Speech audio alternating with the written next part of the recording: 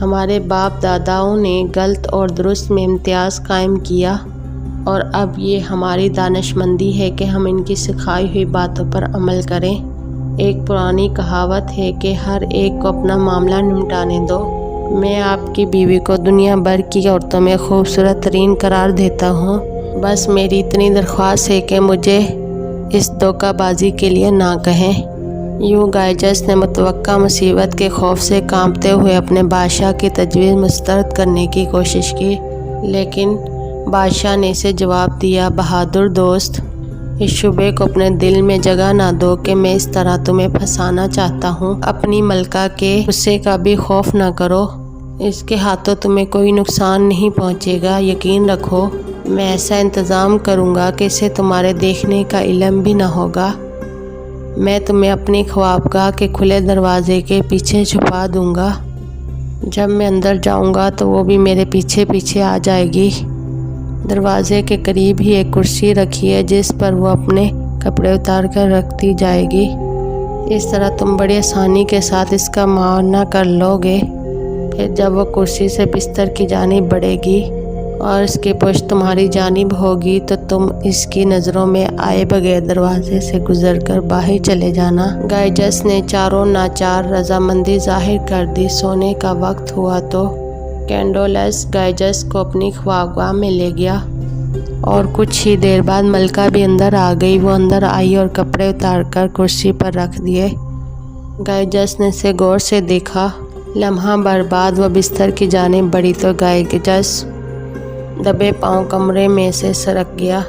ابھی وہ باہر جا ہی رہا تھا کہ ملکہ نے اسے دیکھ لیا اور سارا معاملہ فوراً بانپ لینے کے باعث نہ تو وہ شرم کے مارے چیخی اور نہ ہی اپنے چہرے پر کوئی غیر معمولی تاثر آنے دیا۔ اس نے اپنے دھوکہ باز شوہر سے انتقام لینے کا عزم کیا، کیونکہ اہل لیڈیا اور عموماً بربریوں میں بھی کسی مرد کا بنہا حالت میں دیکھ لیا جانا سنگین ہتک سمجھا جاتا تھا۔